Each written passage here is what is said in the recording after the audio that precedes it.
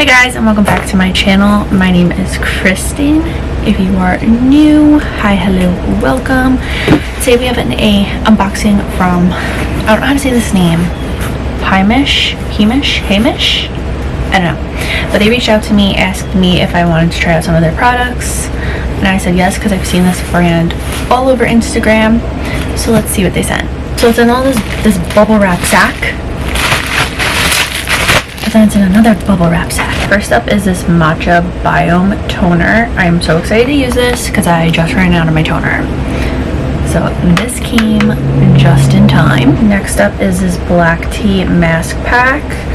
The packaging of this is really pretty. This is a mask and it's good for skin firming and relaxing. It has black tea in it. Sounds amazing. Next is their Smudge Stop mascara. This is a volumizing mascara in black, I'm assuming. But I love trying new mascaras, so I'm excited for this. Thank you so much, Heimish, for sending me all these products. I'm so excited to try them out. Make sure you follow me on Instagram because that is where I will have reviews of all the products. Let me know what other videos you want to see in the comments down below. And that is all I have to say, so I'll see you guys next time.